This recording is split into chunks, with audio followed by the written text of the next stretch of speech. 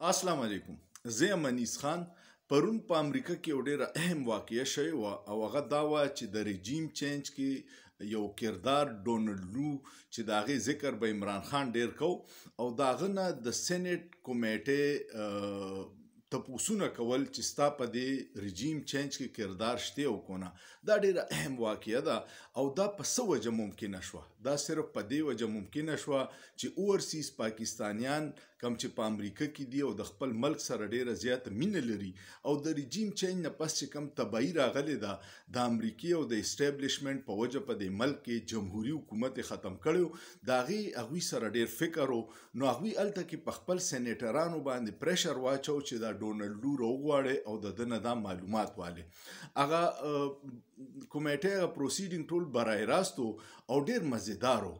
یو خو درته د هغې نه دا اندازه وشوه چې د امریکې جمهوریت څومره مضبوط دی او که هلته کې څوک راوغواړي او تپوسونه کوي نو ته به ورله جوابدی ته پټېدی نشي. ډونلډ لو نه چې تپوس وکړو چې رژیم چینج کې ستاسو کردار و نو هغه انکار وکړو. دلته کې ډېر خلک خوشحاله شو وی هغه د عمران خان دروغ وی چې رژیم چینج کې کردار نو. ما ته یو خبر وکړي غل دا وی چې ما غلا کړی. ډونلډ لو خو دا ټول تباهي راوستې وه به څنګه اقرار کو چې او زما پکې څه رول و. خو د ټول نه اهم خبره دا وه چې کله هغه دغه وخت دا خبره کوله نو په کمیټې په روم کې ډیرو خلکو چغې شروع کړې چې دروغجن دی دروغجن دی.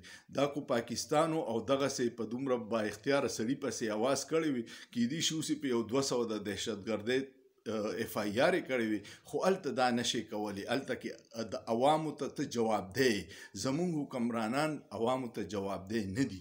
په دې وجه د امریکې او د پاکستان دا فرق دی.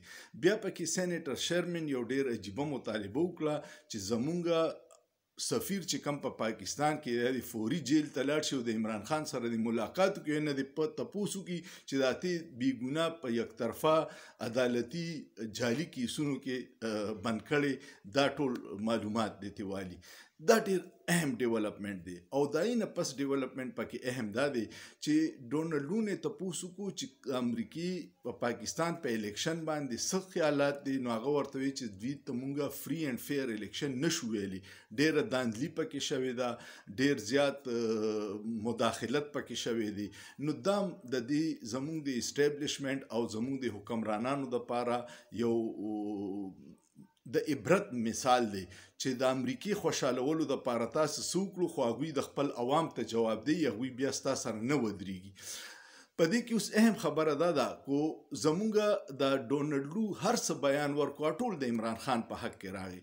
وی چې یاره په دې سازش کې مونږ نه یو شامل نو سایفر داسې نه دی راغلی نو ټیک شو چې نه دی راغلی نو بیا عمران خان له دلته په سایفر کې 10 کاله سزا ولې ورکړه او که وایي چې سایفر راغلی دی نو عمران خان رښتیا شو چې یاره عمران خان دا دعوه کړې وه چې اسد مجید زموږ سفیر و هغه په ترو باندې دلته کې جنرال باجوا ته دا سایفر را لېږلی و چې که چېرې عمران خان حکومت تاسو لر نه کړو نو د پاکستان سره به زموږ تعلقات خراب شي. یو پکې بله اهم خبره او ګوره د دوی دغې خبرو کې تضاد راغی.